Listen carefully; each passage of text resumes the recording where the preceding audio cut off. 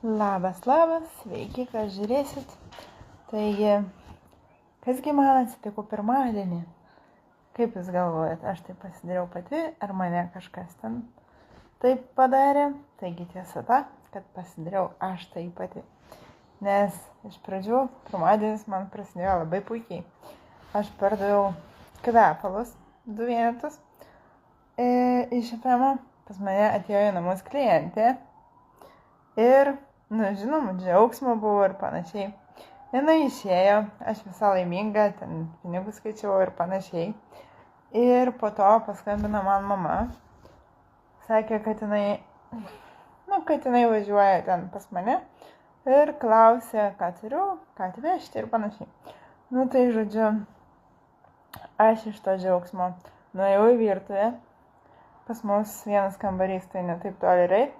Nuėjau į virtuvę su kojinėm, kurios buvo su zuikiais. Yra tokios kojinės šiltas. Ir grįžau atgal. Tada, aš jau ten pažiūrėjau, viską jai pasakiau. Tada jinai manęs pasakė, kad atvažiuoja jau neužilgo. Sakau, gerai, suderinam tokį laiką, kad, nes man pas traumatologą reikėjo tą dieną važiuoti. Tai žodžiu, pasakiau, kad kavos aš neturiu. Tai ėjau žiūrėti, ką aš jai tiesiog galiu pasiūlyti. Ir aš ėjau ir su rankų į telefoną.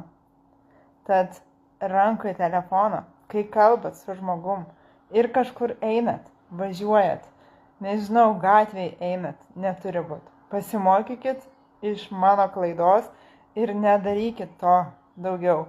Nes aš tai jau išmokau, aš pokalbį baigsiu vietoj sėdėdama, stovėdama ar dar kažkaip.